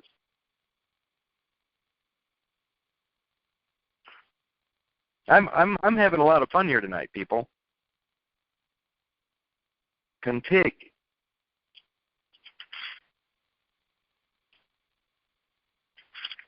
Now, what's funny is when I'm looking for words like this, what happened to me is I would see other words as I'm looking for something specifically. In other words, I'm looking for contiguous right now.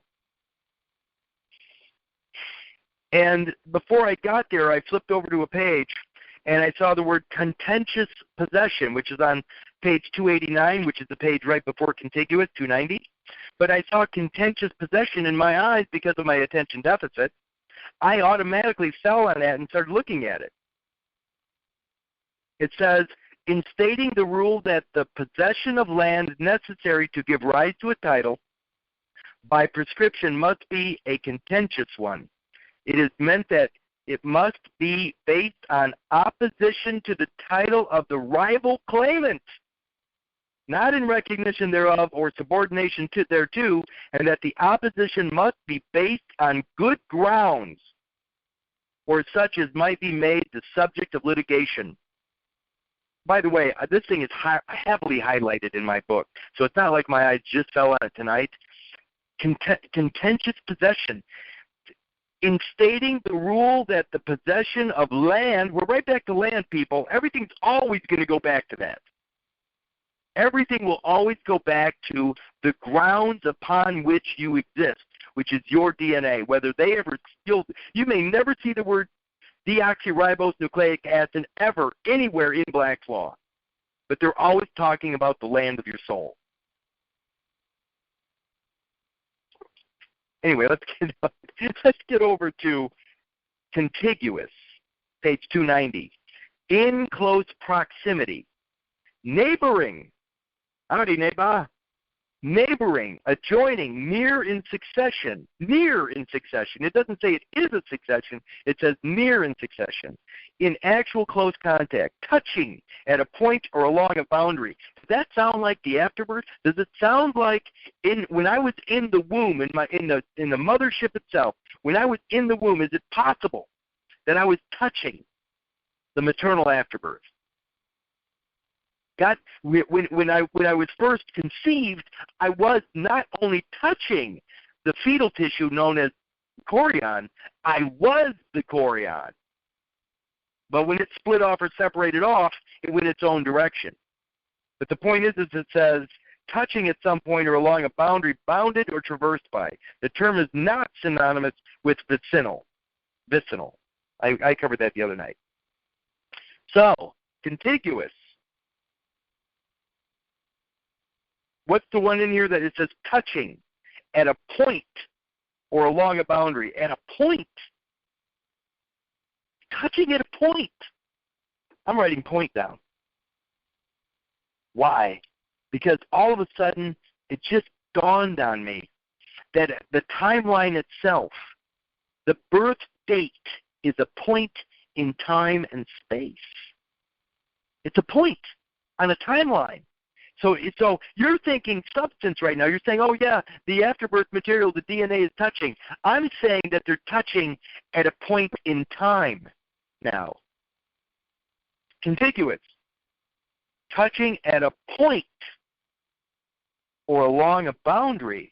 So contiguous is on page 290. I'll write that down. But I'm going to look up point. Can you see what's happening here, people? A story is unfolding. Point.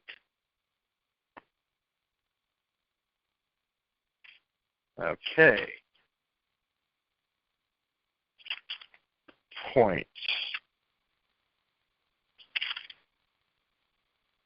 Oh, okay, here it is. Point. Page 1040. Huh, almost like the IRS form 1040. 1040 EZ. For those of us that never really cared enough to do anything more than that. A point. No, I can't really mean this, can it? Point. A distinct proposition or question of law arising or propounded in a case. See also issue. Remember, the word issue means what? Offspring, child. It means all of those things. So a distinct proposition or question of law arising or propounded in a case. What's your point, Kurt? Well, my point was September 19th, 1960 at 3:50 a.m. Gregorian, according to their register. It says, in the case of shares of stock, a point means $1. In the case of bonds, a point means $10, since a bond is quoted as a percentage of 1,000. In the case of market averages, a point means merely, there's the word mother, that and no more. If, for example, the Dow Jones Industrial blah, blah, blah, who cares about all that shit? Real estate financing, the word point, real estate financing. Sounds like a mortgage to me. Are they talking about the body? Are they talking about the moment that this piece of land, this piece of property shows up for mortgage? Is the mortgage actually the thing? So when you give your life, our lives, our fortunes, our sacred honor, is that the mortgage? Or is it because if something was left behind and never claimed?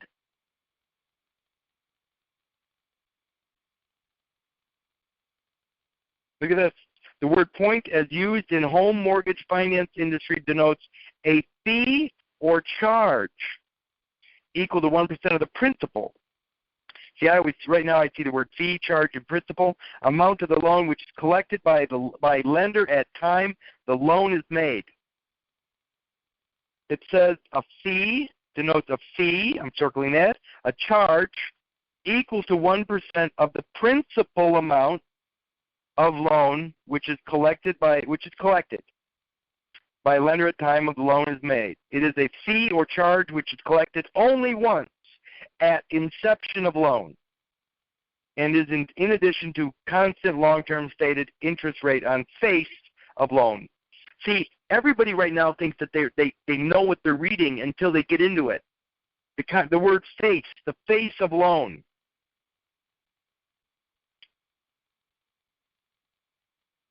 Got to be thinking about this stuff, people. But anyway, a distinct proposition or question of law arising or propounded in a case. See also issue. I would jump on issue right now, but I'm not going to worry about it. But I am going to look at the word proposition. So proposition, it can't be too far away from point.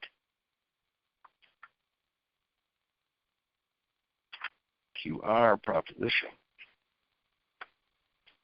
I guess it is quite a bit further down the road.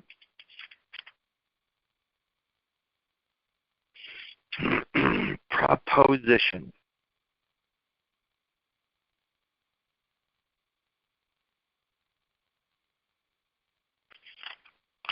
Oh. Proposition. An offer to do a thing.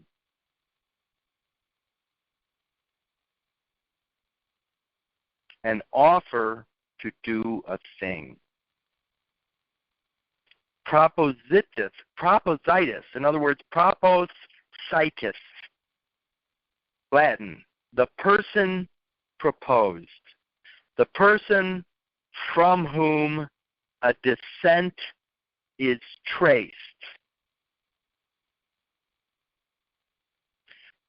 Propositus, the person proposed, the person from whom a descent is traced.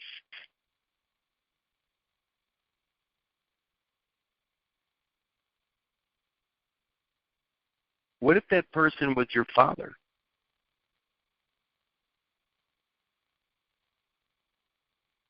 Okay, so that's Proposition 1097. Just trying to get you to open up your mind. Okay, I'm going back to Landmark. Again, page 791.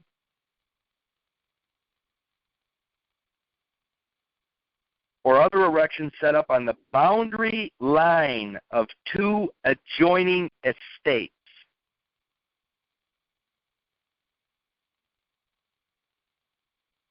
Adjoining. Isn't that funny how the only way most of these court cases work is when there's some weird-ass joinder, where they're connecting you to something that doesn't seem like you're in any way, shape, or form connected to. Hey, what am I doing here? I'm not that person. And then you find yourself in jail or paying some bill for something that really doesn't seem like it's yours, your responsibility. The boundary line of two adjoining estates. That sounds like contiguous again, though. Adjoining, it seems like contiguous. And, of course, boundary led us to contiguous, which led us to a point. And to me, the point is the beginning, ab initio, from the beginning. The beginning point in time and space. Estates, two adjoining estates. Let's just look at estate for a second. I know it's probably too damn big to look at, but let's just look at estate.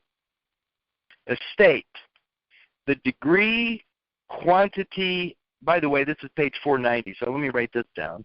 So I'm taking mark, and I'm going to go to, what word did I just look up?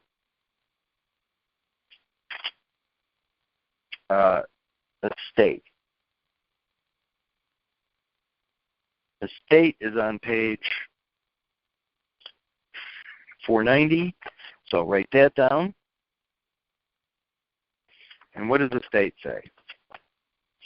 The degree, quantity. Isn't that funny? I mean, tell you, yeah, you read me the Riot Act. Oh, yeah? I got the third degree.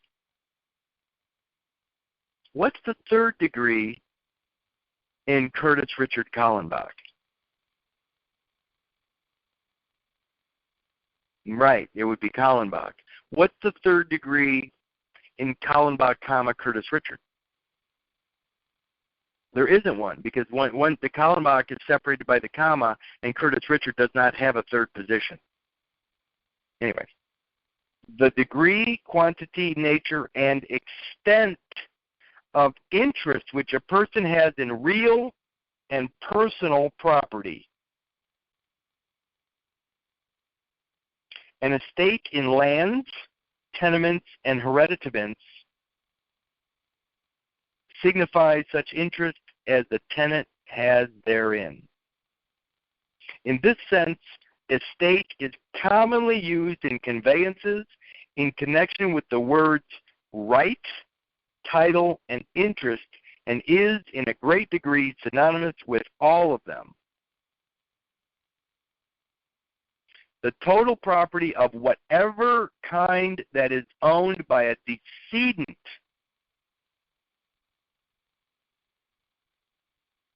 Why is that?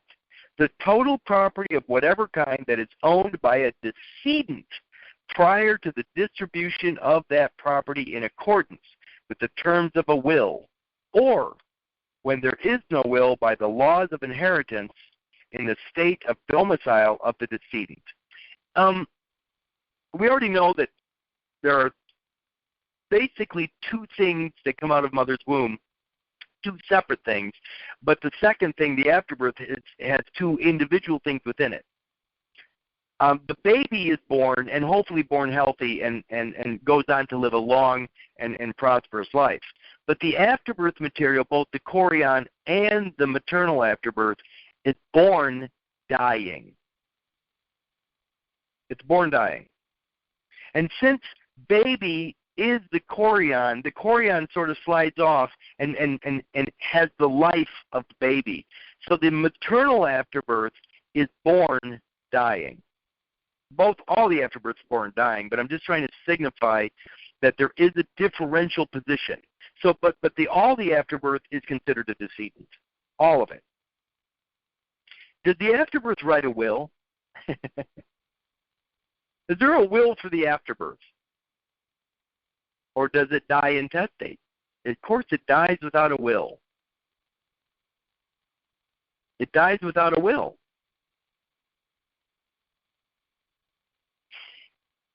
You know what's funny about that? Dying without a will? I'm going to look at something here because I know that it's already there. I'm going to look up the word, I think the word is sailor.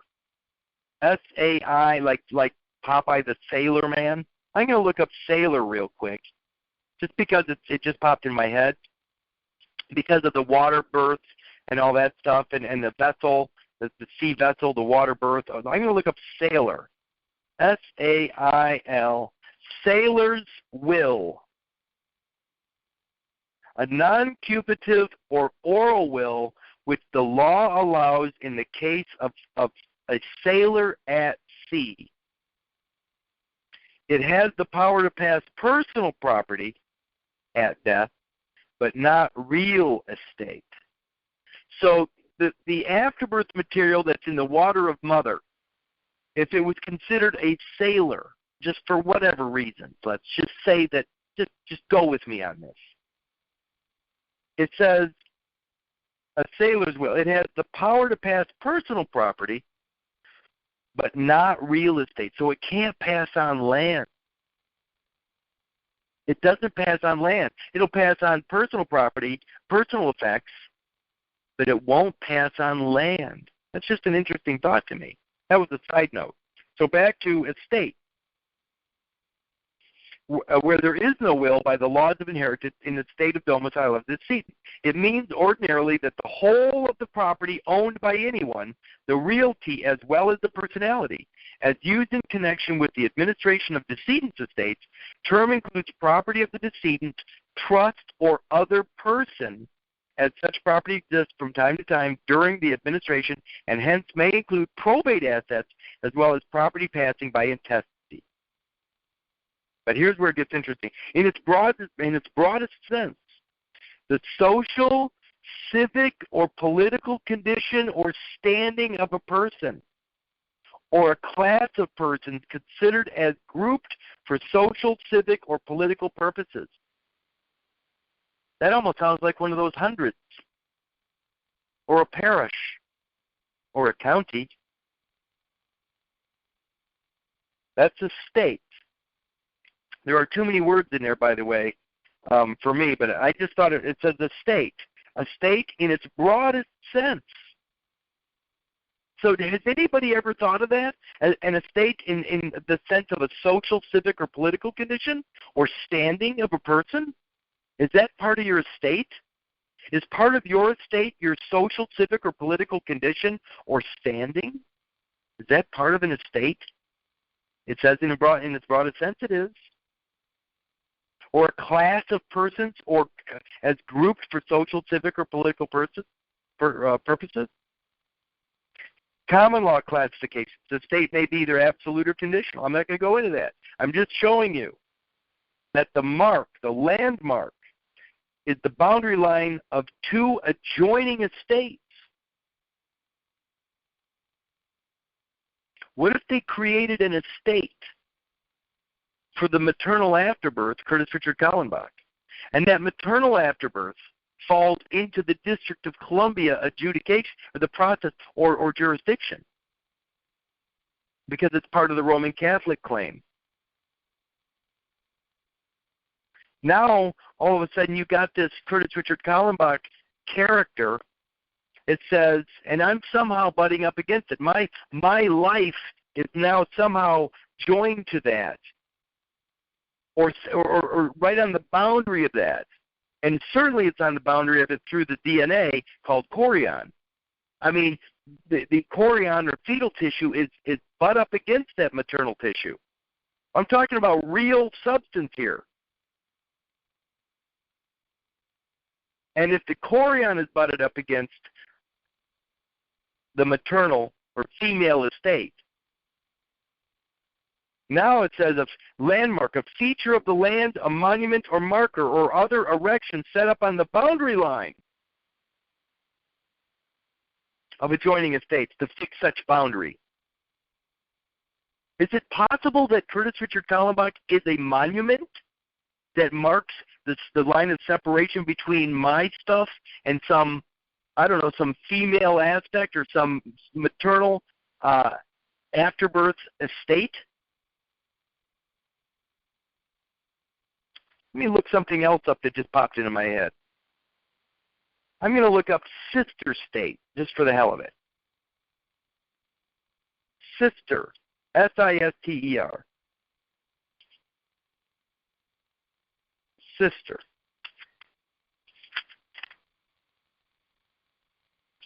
Sister. Look at this. A woman who has the same father and mother with another, or has one of them only. In the first case, she's called sister, simply. In the second, half-sister. A woman who has the same father and mother with another, or has one of them only. Does the afterbirth female that's born at the same time as me have the same mother as I do? Of course. Came out of the same womb. Does the afterbirth female have the same father as me? Well, no, that the afterbirth female doesn't even have a biological father.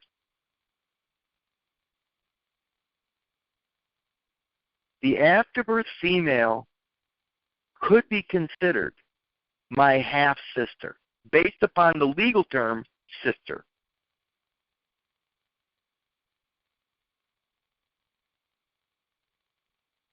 Sister corporation, two corporations having common or substantially common ownership by same shareholders.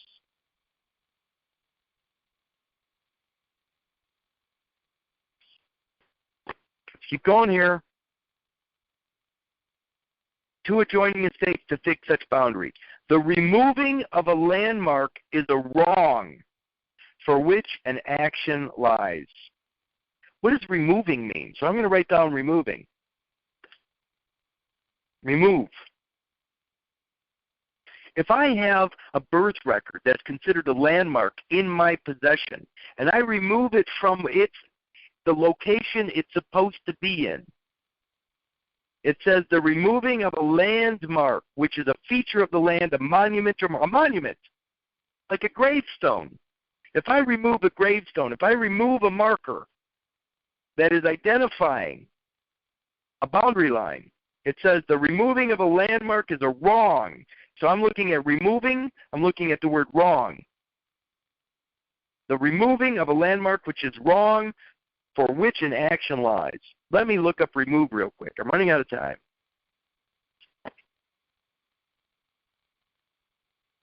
Remove.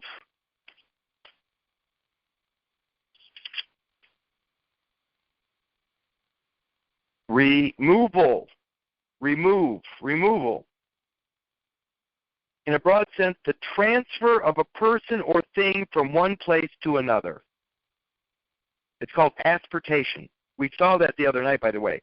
Removal, in a broad sense, the transfer of a person or thing from one place to another. Does that sound like transportation? It says transfer of a person or thing from one place to another. Do you suppose it's possible you need a driver's license to transport a person or thing from one place to another? Is it possible that a driver's license is actually for that purpose? Removal. In a broad sense, the transfer of a person or thing from one place to another. Man, that sounds exactly like why you have a driver's license to me.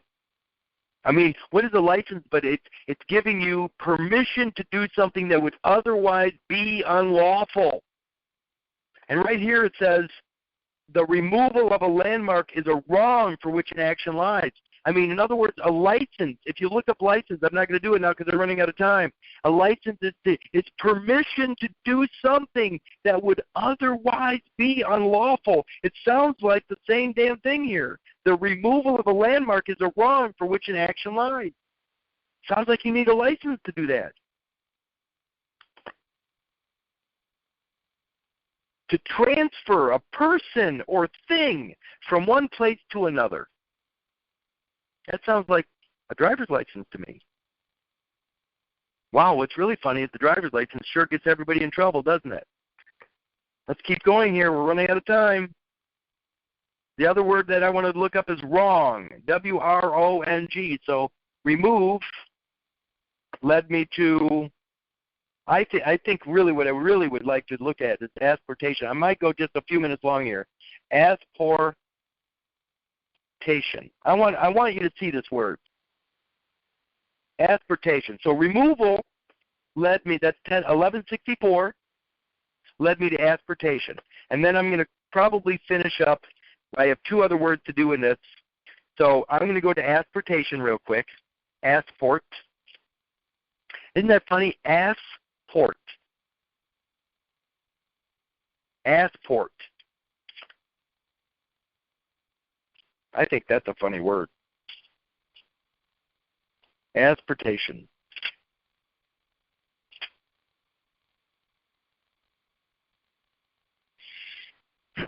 Asportation. The removal of things from one place to another. The carrying away of goods. One of the circumstances requisite to constitute the offenses, an offense of larceny. The distance away from which the property must be moved to constitute the crime need not be substantial. In other words, a very small amount of distance. Look at a slight distance will do. But the entire property must be moved. Asportation was the essential element of common law kidnapping. That's what I wanted you to see. Common law kidnapping. If you're taking a piece, that DNA, if you are, and it belongs to somebody else, like a sister or a half-sister, who's guilty of what here? I guarantee right now that I can prove everybody listening to this call and everybody in America is guilty of a felony. I could win every single case, and I could prove every American's a felon right now. And I'd have no problem proving it. Asportation. Asportavit. This is he carried away. Sometimes used as a noun to denote a carrying away. And asportavit of personal chattels. Taking away, moving something from point A to point B. That's page 105. And I'm going to do two more here. I'm going to look up wrong real quick. W-R-O-N-G. Oh, yeah, but Kurt, we know what wrong is. Really? Wrong. A violation of the legal rights of another. An invasion of right to the damage of the parties who suffer it, especially a tort. It usually signifies injury to person, property, or relative non-contractual rights of another than wrongdoer, or with or without force, but in more extended sense includes violation of contract. Wrong. A violation of legal rights of another. A wrongdoer, one who commits an injury. A term ordinarily imports an invasion of right to the damage of the party. Wrongful, injurious, heedless, unjust, reckless, unfair, infringement of some right. An infringement of some right. Could it be intellectual property? Could you be taking on a name that doesn't belong to you and be considered in a wrongful position? Is it wrong to use another's name? If Curtis Richard Kallenbach belonged to a half-sister of mine, would it be wrong for me to use it? So wrong is on page 1446 or 1445. I'm writing this down so you can see something at the very end of this. And it says building or site having historical significance. There's three words there. Most people won't see it. It says site, historical, and significance. I'm going to go to site real quick. I'm writing site down, S-I-T-E. We're almost done. Site, page 1243. 1243. Site, a plot of ground. Let's go right back here. It says building or site having historical significance. In other words, a building or plot of ground is a site. A plot of ground suitable suitable. Does that sound like something that happens in a lawsuit? Suitable or set apart for some specific use. A seat or ground plot. Take a seat, please. A seat or ground plot. What's a plot? Could it be is it a story? A plot. So I would actually take seat or site, and I would look up the word plot. But it says I would also look up ground, suitable, set apart. I'd look up all of them, by the way. That would be me. But it says a seat or ground plot. The term does not itself necessarily mean a place or tract of land fixed by definite boundaries. Do you hear what this says? It says the term does not itself necessarily mean a place or tract of land fixed by definite boundaries. Fixed by definite boundaries. The definite boundaries of my physical existence is my skin. I'm sitting in the chair right now that I sit in every night and do this. But the boundaries of my skin is the limitation of my claim. The problem is that there's fetal tissue out there that extends beyond the boundaries of my skin. And, on the other side, looking from that side, the fetal tissue that's left behind in the hospital, the boundaries of the fetal tissue, known as the chorion, extend all the way to me in my chair right now. So if somebody made a claim upon the fetal tissue, their claim extends all the way to me here in this chair. It says right here, the site. The term does not itself necessarily mean a place or tract of land fixed by definite boundaries. The fetal tissue has its own set of boundaries, but it's not definite because I have the same damn DNA. So the claim upon the fetal tissue is also a claim upon me. Site 1243. That's giant, people.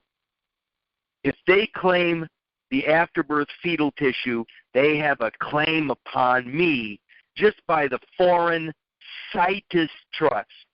Situs. They have that foreign situs land, which is called a situation. Situs, a situation, a location. Location or place of crime or business. Site, position, the place where a thing is considered. The place where a thing is considered. That sounds like jurisdiction to me. So I'm next to site, I'm going to put situs, because we all have heard the word situs, foreign situs trust. I would advise you to look up plot, but I'm not going to do that right now. It's already 10:05. I'm going to go to historical and significance real quick, and that's it. So I'm writing down historical. Historical. By the way, the concept of history. Historical significance. Does that not sound like the same point on a timeline? Isn't it historically significant to my existence? That point in time and space where I started, where my journey began back in that hospital? Isn't that historically significant to me? Historical. Let's look that up real quick. There's only 2 left here. Sorry I went long. H-I-J-K. Sorry, public school H. History, historical. History, historic site, even better. Any building, structure, area, or property. Remember, in the definition of land, and if you go back to land right now, I guarantee it'll say property. It says any building, structure, area, or property that is significant in the history, architecture, archaeology, or culture of a state. By the way, in 2 weeks I'm going to be doing cultural property, which is where citizenship arises, by the way. But it says of a state, its communities, or the nation, and has been so designated pursuant to that statute. Such structures cannot be altered without permission of the appropriate authorities. I am telling you right now that where that DNA dropped in that county, in that hospital, in that county, is a historical monument.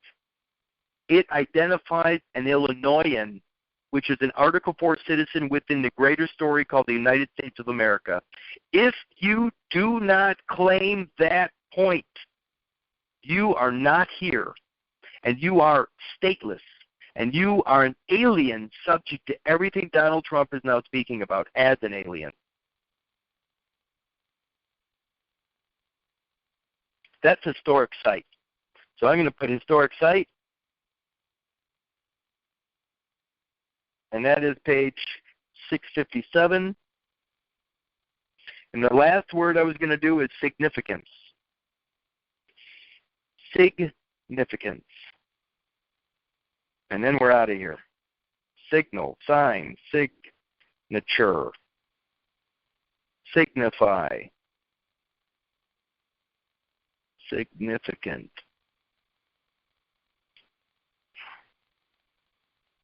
It doesn't look like significant is in here. Signif. Signify is the best it's going to get. Signum, nope. A sign, a mark, a seal, the seal of an instrument. Look at that. Signum, Saxon law. We're right back to the Borg and Saxon. It says the sign of a cross prefixed as a sign of assent and approbation to a charter or a deed. A charter or a deed. Signum, a species of proof. By signa were meant those species of indicia which come more immediately under the cognizance of the senses, such as stains of blood on the person of one accused of murder. By the way, stains of blood. You got to be thinking afterwards. You always got to be thinking genetic material here, people. Indications of terror of being charged with the offense and the like. Saxon law, the sign of a cross prefixed as a sign of assent and approbation to a charter or deed. You know, when I was in jail, it's funny, I tell people this, but when they took my picture, they said, stand over there on the X. The funny thing was, it was not an X that they called it an X, but it was not an X. It was a plus sign turned sideways.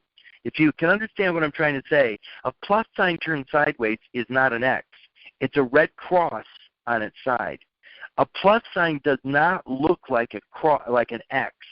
Even if you turn it on its side, it looks like a tumbled plus sign. And that plus sign, it was a red plus sign that they were calling an X. It was not. I was standing on a red cross when they took my photo. A red cross. Just like you would in a sacrifice. The idea of a sacrificial lamb or a sacrifice. They took my photo while I was standing on a red cross, not an X. Okay, so we're done, but here's what I want to cover real quick. I took the word landmark, and I didn't even go into about 9/10 of what I would have done on my own. But landmark, which is a beautiful a feature of the land, monument, marker, or other erection set up on the boundary line of two adjoining estates to fix such boundary. The removing of a landmark is a wrong for which an action lies. A building or site having historical significance. That's a landmark. So, mark led me to 100, which led me to the Saxon Borg, which brought me to the pledge. It also led to boundary, contiguous, point, and proposition. The word estate led me to about 50, which I didn't cover, which led to remove, aspiratation, and wrong. Site brought me to situs and plot, and historic site. You could do this forever, and it will always take you back. It'll take you back to the same place. The root cause of everything, the very beginning of your life. It'll always take you back there. So I was going to try to cover some other stuff tonight, but I got lost in this wonderful journey here from Landmark. We're going to go ahead, and I'm going to do a little bit more about from the document last night. I'm going to pick out the highlights of it. I'm going to cover it, in other words, the illusory right to abandon, which says, by the way, if you remember from last night, that common law does not allow you to abandon land. I'm going to close with this. Can you imagine that the common law says you cannot abandon land, and here the first thing you do in your life is abandon land? You abandon land the very moment. You didn't do it. I mean, we don't have an option, but we are guilty of abandoning our brother, our half-sister, land, the land of our soul, right there and then. The very first thing we do is abandon land, which is unlawful in the common law. So all you people that are fighting for the common law, that want the common law on your side, hey, the common law is the very thing that puts you where you're at. You cannot abandon land in the common law. So tomorrow night, we'll finish up that document. And I think what I'll do is I'll go over, I'm going to put up some documents tomorrow, that the documents I used on my final recording, and maybe what we'll do is I'll get through that document, a paper here, as early as I can, and then I'm going to go over the 4 or 5 documents that I put up there that I was bitching about earlier, that people always got confused and made all kinds of mistakes. I'll do what I can tomorrow night to clarify that, but I really want to just finish up with the idea that you cannot abandon this, to abandon anything. I believe you're actually abandoning your Article 4 citizenship. I actually think that they're seeing you as a deserter to the United States of America, and you're running over to Rome, and you're participating in a whole different world, a whole different community, a whole different society, a whole different nation. So on that note, I'm done for the night, and I'm gonna I'll be back with you guys tomorrow night. So thanks for hanging in there, and at least I had fun tonight. Bye, everybody. Good night, Curtis. Good night. Thank you. You're welcome. Thank you.